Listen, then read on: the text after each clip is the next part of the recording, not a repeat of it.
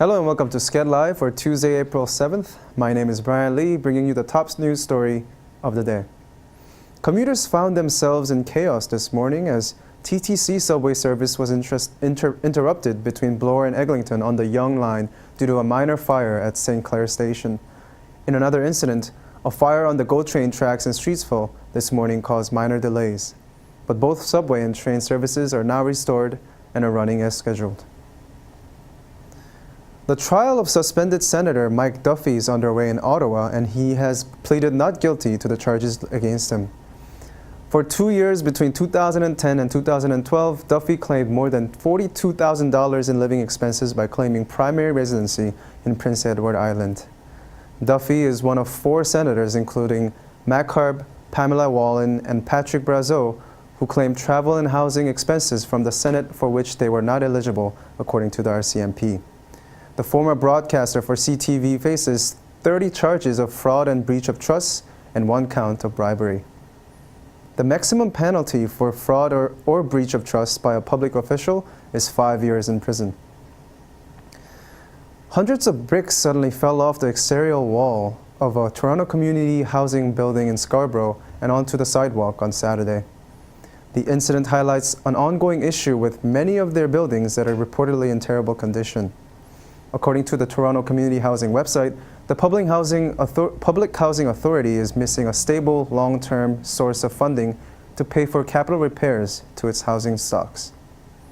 TCH buildings are more than 42 years old on average, and it will cost more than $2.6 billion over the next decade to keep the buildings in fair shape.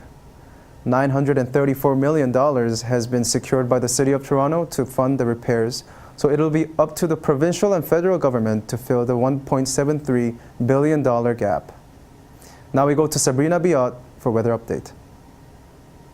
Thanks, Brian. Let's take a look at the forecast for today. Right now it's 4 degrees, but it feels like -2. It's going to warm up to 6 degrees, but it's still going to be pretty cold. I went out to the streets today to talk to people about the weather. Now it's a little bit cold, but I think last week was warmer. So I'm surprised this week is cold. I'm tired of wearing all these coats. It's not too bad. It's getting warmer over the year. So I mean, I think it's normal weather for now. It's my first winter in Canada, and I was saying all along that I was coping well, but now this is just, it's gone far enough. I can't wait for the warmer weather too. Luckily, it's going to warm up, but not until the end of the week.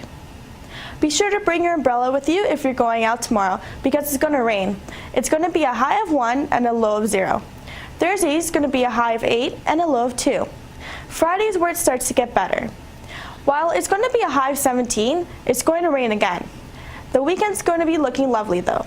Saturday is going to be sunny with a high of 10 and a low of 5. And Sunday will be a high of 12, but it's going to drop down to 1 later in the day. And that's your 5-day forecast. I'm Sabrina Biot, back to the studio. Thanks, Sabrina. In Alberta this morning, Premier Jim Prentice announced a provincial election for May 5th. This will kick off a 28-day election campaign followed by a vote. According to provincial law, the government isn't supposed to call an election until spring of 2016. However, Prentice is putting forward a contentious budget that will raise taxes and cut spending considerably and believes it needs a mandate from voters to implement. Senator Rand Paul of Kentucky has announced his candidacy for U.S. President this morning. He broke the news on his personal website and then held a press conference at 11:30 a.m. He follows Senator Ted Cruz, who announced his candidacy last week. Rand Paul is the son of perennial candidate Ron Paul, who ran for the Republican nomination in 2008 and 2012. The 52-year-old former eye surgeon is known for his libertarian views and supports a limited government role in private affairs. Now we go to Michael Chulo for entertainment news. Thanks, Brian. Some sad news coming out of the music world. Legendary blues singer B.B. King has been hospitalized for diabetes-related dehydration. The 89-year-old musician has battled type 2 diabetes for more than 20 years and has spent more than 65 years performing an average of 300 shows a year. In 2011, King was voted number 6 on Rolling Stone's list of 100 greatest guitarists and has influenced musicians like Eric Clapton and Stevie Ray Vaughan. Ukrainian pianist Valentina Lisitsa will not perform with the Toronto Symphony Orchestra this week because of provocative comments made on Facebook regarding the situation in Ukraine. Lisitsa wrote that she has been watching helplessly as her country slides ever faster into the abyss, and she wants to get to the other side of the story. TSO President and CEO Jeff Melanson said Lisitsa has been replaced due to ongoing accusations of deeply offensive language by Ukrainian media outlets. The Rachmaninoff's Piano Concerto No. 2 will go ahead Wednesday and Thursday as planned, but will be performed instead by Toronto pianist Stuart Goodyear. It was an anthem that captured the hearts of music lovers all over the world, and now its lyrics have been sold at a New York auction. Singer-songwriter Don McLean sold his original manuscript and notes to this #1 hit single, American Pie. The song that asks, "Do you recall what was revealed the day the music died?" went on the auction block early Tuesday morning and sold for $1.2 million. American Pie refers to the deaths of Buddy Holly, Ritchie Valens, and the Big Bopper in a plane crash on February 3, 1959. McLean also sold 16 pages that include the original working manuscript and typed drafts of the song. Now that spring is finally beginning to show its true colors, it's time to head out and see some great live music in the city. One of these great shows is happening tonight, when alternative rock band OK Go performs at the Phoenix Concert Theater. For more details, visit Shantae Allen's event listings on skedline.com. While most people slept, a trio of artists and some helpers installed a bust of NSA whistleblower Edward Snowden in Brooklyn on Monday morning. The group hauled the 100-pound sculpture into Fort Greene Park and fused it to the top of the Prison Ship Martyrs Monument, a memorial to fallen war soldiers. The idea for the Snowden tribute was conceived about a year ago by two New York City-based artists with a history of pulling off notable public inventions. They linked up with a renowned sculptor on the West Coast who was sympathetic to their cause. Measuring 4 feet tall, the bust is made of hydrocal, high-quality sculpting material that's commonly used in places like Las Vegas to create Roman-looking things, castles, and other mega props found in casinos. We now turn to SkedLine reporter Nurin Yumnu, who covered the Art and City Show exhibition at Humber's L Space Gallery. I'm Nurin Yumnu, and we're here at Humber's L Space Gallery, where Humber students are showcasing their artwork at HSF's Art in the City Art Show exhibition. Humber's annual art show exhibits work from Humber College students from all campuses. Humber's Art and the City competition showcases work from students from different programs with a true passion for different forms of art. Jurors' Choice winners move on to the next round, where they get to compete with an organization dedicated to celebrating artistic work of students from across the globe. I think it's pretty cool. I think it's important to give people the opportunity to showcase their stuff. It's like lots of different photography, mixed media, sculptures, big paintings, small paintings. It's really cool. It's a nice mix. It's from both campuses, I think, and that's important, I think. And it's not just about Humber Lakeshore, it's about Humber in general, and it's showcasing what we have to show for our students. So the Humber Art Show is Humber College's annual student art showcase, which features artwork from a variety of different programs. So of course you have the traditional programs like visual and digital arts, creative photography, but this year we also have submissions from cabinet making, students from the business school, industrial design, and many more.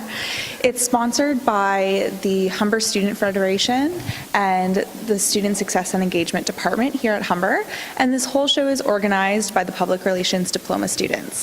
The Humber Art Show displays student art in many forms, including color photography, 3D art, drawing, painting, and mixed media.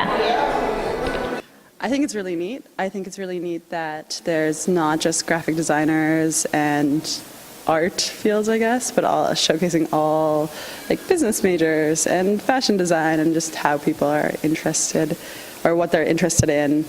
I don't know, I think it's really cool.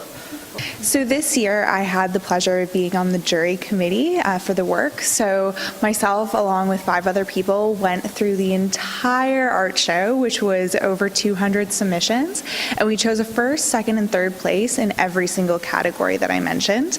And we also chose honorable mentions. So although they didn't get first, second, or third, we thought that it was worthy enough to be able to acknowledge it, given the talent and the subject matter of the work. Check out HSF's art show, which is open all week long. I'm Nuran Yamnu. Back to you, Brian. Thanks, Nuran. The 2015 MTV Movie Awards are back and in full swing on April 12th at the Nokia Center in Los Angeles. This will mark the 24th installment of the award show and the second time the Nokia Theater will serve as its venue. All the best in movies and performances over the course of the last year will be recognized, including Best Kiss Movie Award nominations for Emma Stone in The Amazing Spider-Man 2 and Rose Byrne in Neighbors. Byrne has also been nominated for Best Comedic Performance. Best Fight Award nominees include Edward Norton and Michael Keaton, and the superhero and Jonah Hill and Jillian Bell have also been nominated for the award after their epic fight in the hit comedy 22 Jump Street. Musical performances include Fall Out Boy, with bassist Pete Wentz telling Rolling Stone that the group has extravagant plans for the show. The award show will be hosted by comedian, writer, and actress Amy Schumer. That's your entertainment news. Now back to Brian in the studio. Thanks, Michael. Looking to the skies, Canada has committed to almost $250 million over the next 10 years to help build the world's largest telescope. The 30-meter telescope, also known as the TMT, will be built in Hawaii at the summit of a volcano. It is expected to be in use by 2024 and will cost around $1.5 billion altogether. Japan, the United States, India, and China will also provide funds. The telescope has been designed by a British Columbia-based firm, Dynamic Structures Limited. They will also be involved in the construction before the telescope is shipped across the Pacific. The telescope will be used to spot new planets that orbit around stars and is expected to have the ability to look 13 billion light years away. Social media somehow got even more ingrained in human relationships. Matthew Cooper, a New York judge, recently ruled that it's okay to serve divorce papers via Facebook. New York law stipulates that divorce papers must be served in person. However, if someone is purposely being evasive, it can be next to impossible to give them the papers. Previous exceptions have been made for certain cases that allow for mail to be sent to an individual's last known address. Now, judges will make an exception if it can be proven that the person receiving the divorce summons actively uses Facebook as a means of communication. Now we go to Melis Mevletoglou for sports. Thanks, Brian. I'm Elise Mevletoglou, and welcome to your SkedLIVE Sports Update. The Toronto Blue Jays won their season opener yesterday afternoon, winning 6-1 against the New York Yankees. The Jays scored 5 runs in the 3rd inning and 1 home run in the 7th by Devin Travis. This was Travis's first ever major league hit, and his family was in the audience to see it. On the mound, Drew Hutchison pitched 6 innings, allowing 1 run. Hutchison is the youngest Jays pitcher to ever start on opening day. His teammate R.A. Dickey will face off against fellow righty Michael Pineda in the Jays' next game Wednesday in New York. The NCAA March Madness Championship game wrapped up last night. SkedLIVE reporter Alex Kerr-Georges has all you need to know. Thanks, Melise. NCAA's March Madness tournament started with 64 teams and ended with 1 winner. The Duke Blue Devils rallied to beat the Wisconsin Badgers 68-63 last night in Indianapolis to take home their 5th ever national basketball title. The combination of Blue Devil freshman point guard Tyus Jones and center Jahlil Okafor helped Duke put up 33 points in the win. Duke guard Grayson Allen scored double digits for the 5th time this season, scoring 16 points off of 5 for 8 shooting. They were not to be outdone by Wisconsin's Frank Kaminsky and Sam Decker, who were the top 2 scorers in this year's tournament.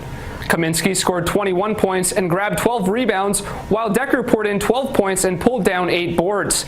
It was a close affair when the first half buzzer sounded. The Blue Devils and Badgers were tied 31 apiece. Of course, no sports game is without some controversy. This time, it was with the refs. In the second half, on a scramble for a vital rebound, with the Blue Devils leading 63-58, the initial out-of-bounds call gave possession back to Duke. Upon further review, however, it appeared that Duke's Justice Winslow had actually tipped the ball out of play, meaning Wisconsin should have got the call their way. After the blown decision, Wisconsin fought back with 5 straight points, but a three-pointer from Tyus Jones sealed the deal for Duke. With the win, Duke's coach Mike Krzyzewski moved past Adolph Rupp into second place in the most career NCAA titles by a head coach. That ends the 2015 March Madness tournament. Now we will wait until next year when it all starts again. Melise, I'll send it back to you. Thanks, Alex. Toronto FC striker Bright DK is back in action. DK was off the field due to a back injury and has only played 11 games with TFC since the end of the 2012 season. DK should be back in the lineup when TFC takes on FC Dallas next Saturday. The Winnipeg Jets stole the final wild card spot after beating the Minnesota Wild last night 2-0. Blake Wheeler scored the first goal for the Jets during the power play in the first period, and Andrew Ladd got an assist on the goal. Drew Stafford followed up with the second goal in the second period. Andre Pavlik made 32 saves for the win, while his counterpart Devin Dubnyk made the same number of saves in the loss. The Dallas Stars beat the San Jose Sharks last night, winning 5-1. Jamie Benn was the star of the show with 2 goals and 1 assist. Patrick Eaves scored a power play goal in the first period, and Jason Spezza had 2 assists. Jonas Enroth had 23 saves. San Jose's only goal was scored by Joe Thornton in the second period, and Alex Stalock had 20 saves. Both these teams are out of the playoff contention. The 11-member NBA Hall of Fame class of 2015 has been announced. It includes some big names and even bigger players. Former Houston Rocket Dikembe Mutombo will be one of the 11 members inducted into the Hall of Fame. Alongside Mutombo will be fellow player Spencer Haywood. The 65-year-old Haywood played with 6 teams, including the New York Knicks and Los Angeles Lakers, during his 14-year career. All members will be welcomed into the Naismith Memorial Basketball Hall of Fame on September 11th. Russian Premier League team Torpedo Moscow has been ordered to play 2 home games in an empty stadium after fans showed a banner with a Nazi symbol. The Torpedo Moscow fans brought out the banner during the team's 3-1 win against Arsenal Tula on Sunday. Torpedo was also fined over $16,000 for fan violence, which includes fighting and insulting chants. The penalty will not be in effect until May, since Torpedo is already required to play its next 2 home games in a closed stadium. This is the club's 4th racism-related ban this season. Now you're all caught up on everything sports. I'm Melise Melutolu. Now back to the studio. Thanks, Melise. And that's it for today's news. Check out our website, skedline.com, for more stories. Until next time, I'm Brian Lee.